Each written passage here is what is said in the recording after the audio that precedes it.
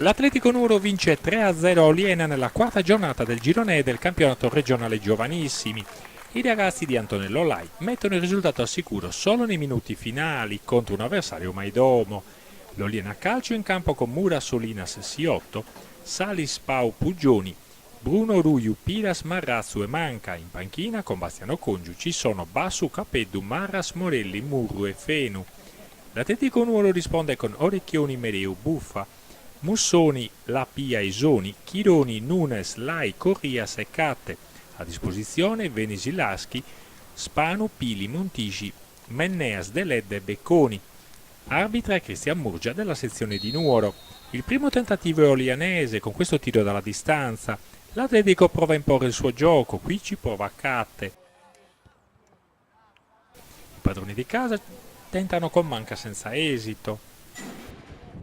L'Atletico passa in vantaggio con Corrias che sorprende Bula con questo tiro cross.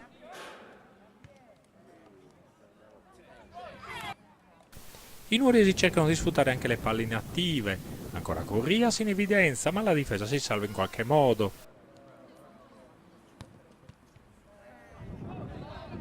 L'Oliena ci prova con le discese di Bruno e tentativi di Piras e Manca. Prima Catte e poi Lai cercano di raddoppiare ma non ci riescono.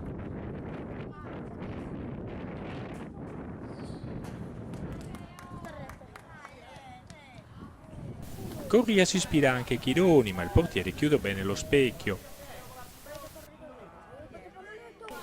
Ancora la coppia Catte e Corrias duetta bene ma manca la finalizzazione.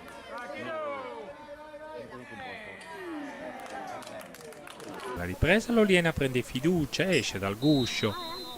Bel fraseggio sulla zona destra che non va a buon fine.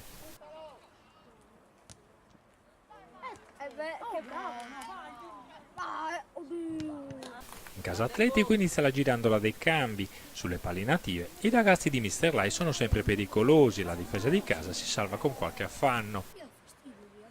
Anche l'Oliena non sta a guardare, su questo angolo dalla destra Pau e Manca ci arrivano con un attimo di ritardo. L'Atletico quando avanza punge sempre sotto misura, va vicino al 2-0. Dall'altra parte Marrazzu prova in pensieri del portiere.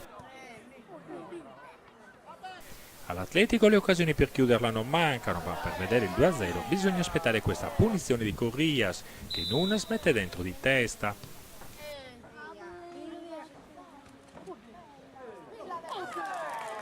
Il 3-0 arriva in contropiede nel recupero ad opera di Deledda.